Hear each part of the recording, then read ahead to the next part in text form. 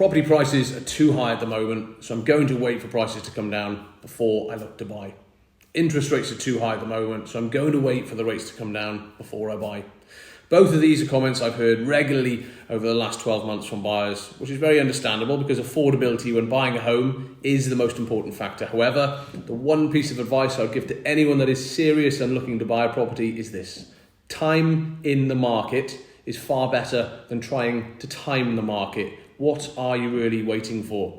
What do I mean by this? Well, it's simple really. Last year, when property prices were higher, you were paying more in terms of property price. However, the cost to borrow was low. Now the market is returning to more traditional levels. You're paying less in terms of property price, but it'll cost you more to borrow. The question to ask yourself as a buyer is, if the affordability is there, is waiting to buy really the right option now?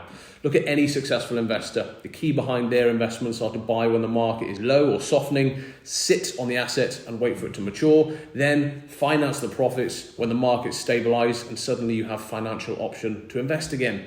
Take a step back and look at the market as a whole over the last 20-year period. Despite a never-ending list of negative world events, even through every economic factor that has contributed to having any effect on property prices, of course having the peaks and troughs, but in general, long-term property prices have only gone one way, and that is north. Again, time in the market is far better than trying to time the market.